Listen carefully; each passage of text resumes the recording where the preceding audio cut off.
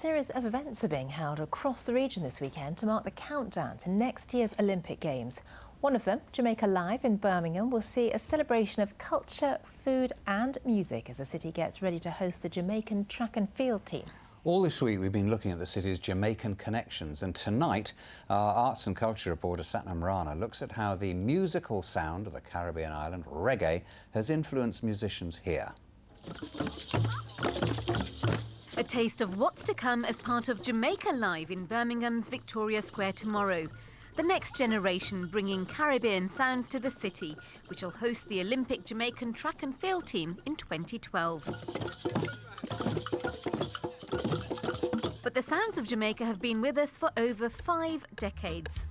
Kingston Town, the place I long to be.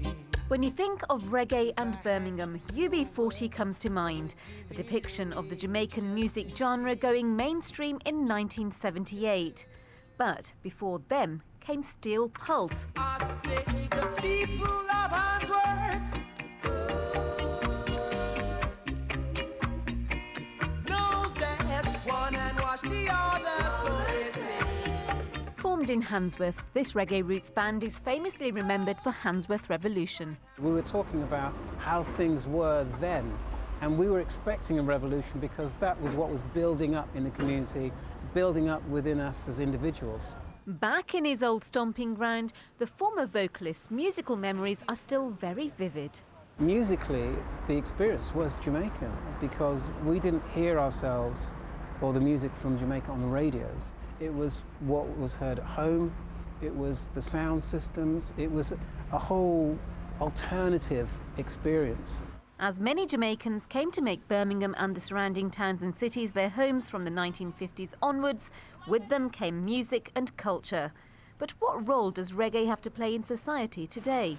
This is the heart of the Jamaican community in Birmingham, and the heart of the Jamaican community with regards to music is still reggae.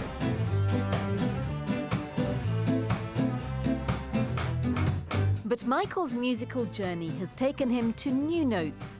He's gone on to form the UK's only reggae philharmonic orchestra. It's a huge extension that challenges the expectations when you say reggae. The Reggae Philharmonic Orchestra is the evolution of everything British, everything Caribbean, and what is yet to come, really. As the next generation of British Jamaicans look to the future, this musical journey will continue to change, along with society and its culture.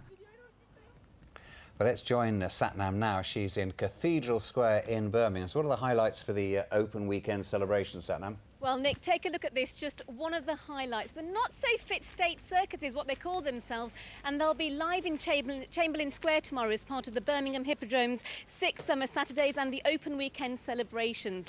Now, elsewhere across our region, in Worcester, 12 Moves Flashmobs will be taking place, which is 70 dancers bringing creatures to life across the county, from Worcester to Droitwich to Bewdley.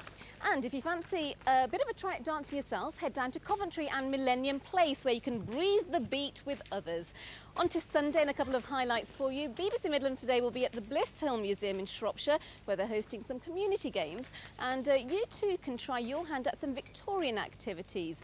And then if you fancy a bit of South Asian arts, head down to the Public in the Black Country in West Bromwich, where you can have a taste of South Asian arts with the Arts Mela hosted by Sampad. Now, there are plenty of activities going on across the region, over 60 in total. We can't list them all, of course, but you can get them by going to bbc.co.uk/2012 and navigating yourself and your way through to open weekend. With that, it's back to you.